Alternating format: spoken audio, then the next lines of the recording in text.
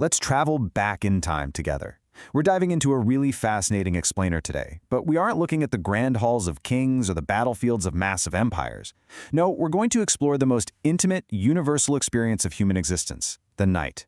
We're going to reconstruct the sensory, biological, and technological worlds of our ancestors to understand exactly how humanity managed to conquer the darkness. So I want you to just imagine for a second a world completely stripped of smartphones, bedside digital clocks, and all those humming electrical appliances we're used to.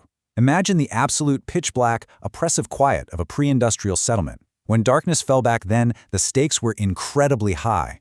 I mean, how did a medieval farmer guarantee they were awake before dawn to tend the crops? How did an ancient scholar wake up in time for early morning lectures? Waking up wasn't just a matter of convenience, it was literally a matter of survival, deeply tied to human chronobiology and the really unforgiving constraints of their environment. You know, it's incredibly easy for us to romanticize pre-industrial sleep. We tend to assume our ancestors just slipped into this tranquil, uninterrupted 8-hour slumber. But the historical record tells a totally different story. As the British writer George Herbert noted way back in 1657, night often brought increased pains for want of rest. Long before the luxury of ergonomic memory foam mattresses, early modern slumber was actually fraught with intermittent disruption. It was freezing, it was deeply uncomfortable, and as we'll see, it was structured fundamentally differently than our sleep today. To really understand how they lived, we first have to understand their biology. For millennia, human wakefulness was strictly governed by what are called Zeitgebers. These are environmental cues, like fading sunlight or shifting temperatures. See, deep within the anterior hypothalamus of our brains lies the suprachiasmatic nucleus. Think of it as your body's master circadian pacemaker. Without artificial light to mess it up, this internal clock perfectly aligned early human sleep with the solar cycle. People went to bed shortly after dusk, and they naturally recalibrated their physiology as the seasons changed. They essentially functioned with an incredibly accurate built-in pre-dawn biological clock. But here's the thing. Our ancestors were not just passively waiting around for the sun to rise. They actually developed some fascinating physiological hacks to actively control their waking times. They figured out how to manipulate their own internal states through what we might call the somatic bladder alarm. Now, the crucial point here relies on a very specific physiological threshold, 280 milliliters. To put that into perspective, that's roughly a standard glass of water. Modern clinical trials have proven that consuming exactly 280 milliliters of water right before bed fundamentally alters your sleep architecture. It manipulates your renal physiology, triggering bladder stretch receptors that essentially force your brain's waking centers to turn on. And this isn't just modern science, it was an ancient survival tactic. Native American tribes, perhaps most famously Apache warriors, deliberately used this over-drinking technique. By calibrating the exact volume of water they drank by the campfire, they essentially hijacked their own anatomy to guarantee a silent, timely awakening for early morning raids or hunts. Absolutely brilliant. Beyond these biological strategies, the very architecture of ancestral rest was profoundly alien to what we do today. Groundbreaking research by historian A. Roger Eckert reveals something truly amazing. Prior to the Industrial Revolution, humanity did not sleep in one continuous 8-hour block. Instead, they practiced biphasic or segmented sleep. That means our ancestors naturally slept in two completely distinct shifts, which fundamentally changes how we have to look at the history of the night. Let's map out what this actually looked like. Shortly after dusk, say around 8 p.m., agrarian families retired for what they called their first sleep. Then, right around midnight, they would naturally wake up for a period known as the watch. This was a time of conscious wakefulness that lasted anywhere from 1 to 3 hours. Try to imagine the sensory reality of this forgotten hour. Families are resting in dim firelight, maybe they're chopping wood, tending to restless livestock, brewing ale, or just talking and interpreting dreams by the faint glow of a tallow lamp. It was a completely accepted, deeply productive part of human existence, which was then followed by a second sleep that carried them right through until dawn. However, as civilizations grew more complex, relying solely on biology or the sun just wasn't going to cut it anymore. We needed precision.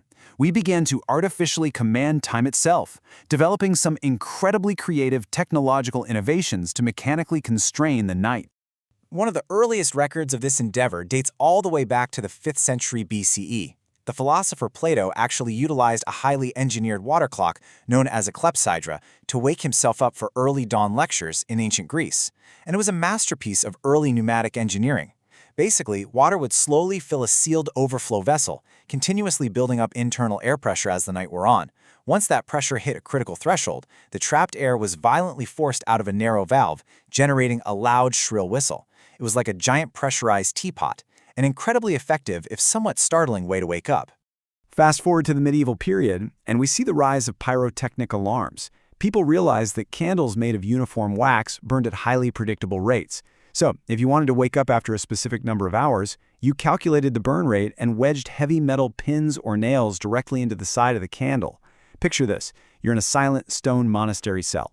The candle is slowly melting down, hour by hour. Suddenly, the wax gives way and that heavy nail plummets, striking a resonant metal tray below with a sharp, echoing clang. Now, because pure beeswax and high-quality tallow were prohibitively expensive, this ingenious sensory alarm was a total luxury. It was strictly limited to the stone cells of monasteries and the bedchambers of the wealthy elite. But don't count out the working classes. They possessed immense ingenuity of their own. Enter the weaver's alarm. This was a highly effective, though honestly slightly perilous, medieval alarm. Basically, they would suspend a string across the room, route it precisely through a cheap rushlight or candle flame, and tie the other end to a massive, heavy rock.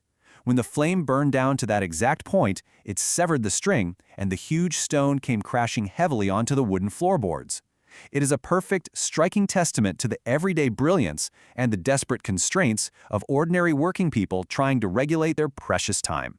Well, as urban centers began to swell, timekeeping ceased to be just a private, individual affair.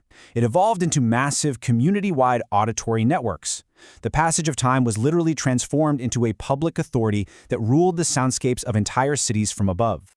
These distinct civic and ecclesiastical sounds dictated the rigid rhythms of everyday life. At 2 in the morning, monks were awakened from matins by the rhythmic striking of a wooden board called a semantron. In the evenings, the curfew bell would ring. That word actually comes from the French couvre-feu, meaning cover fire.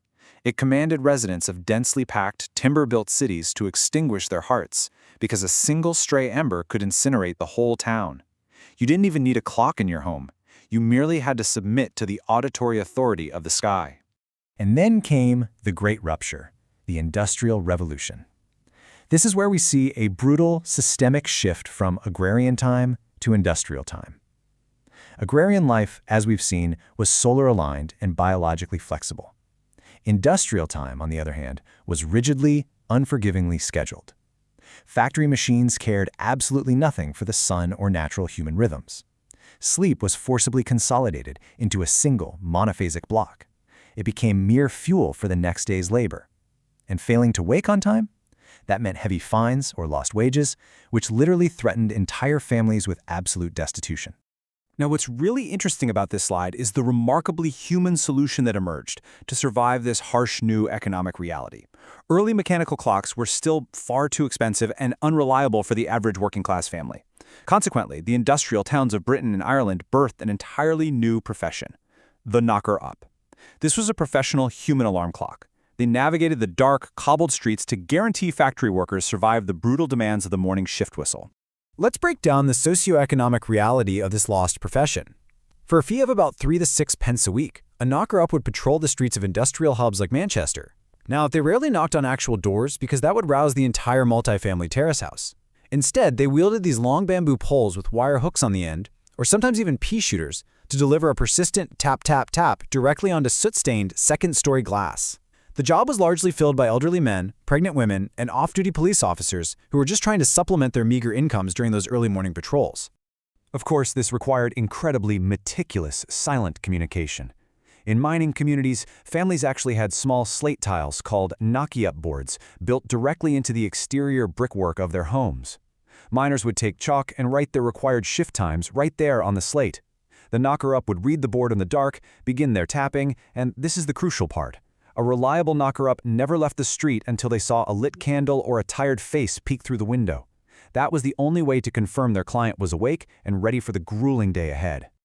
But as the 19th century progressed, the relentless march of industrial capitalism and new technology eventually eradicated both the knocker-upper and our ancestral biological rhythms. We finally arrive at the absolute death of the two-sleep cycle. The cause and effect relationship here is profound. First, we saw the proliferation of powerful gas street lamps, which was quickly followed by widespread indoor electric lighting. This fundamentally altered the human environment. We artificially extended the day, pushing bedtimes later and later into the night. This intense, unnatural light exposure massively suppressed our natural melatonin production. So as the available time for sleep shrank, that quiet, magical hour of the watch was systematically squeezed out of existence. Factories demanded total efficiency and consolidated rest, effectively compressing our naturally biphasic sleep into a single unnatural 8-hour block. The insights uncovered in this explainer carry profound implications for us today. I mean, if you have ever woken up at 3 a.m., stared blankly at the ceiling, and felt a creeping anxiety of insomnia, you might actually be misinterpreting your own body. As Russell Foster, a professor of circadian neuroscience at Oxford University, notes, what many people experience in the dead of night isn't necessarily a modern pathology. It's actually a throwback to a bimodal sleep pattern. It is an enduring biological legacy, your body literally fighting against the artificial constraints of our modern world. So I want to leave you with this final provocative thought to reconsider your relationship with time and your own body. Is your modern insomnia really a disorder to be cured with a pill, or is it simply the suppressed biological rhythm of an ancient agrarian world echoing right there in your DNA? The next time you wake up in the dark, remember the Apache warriors, the whistling water clocks, the falling metal nails, and the quiet tap, tap, tap of the knocker up on the window. You are experiencing the deep, enduring history of the human condition. Thank you so much for joining me on this journey today.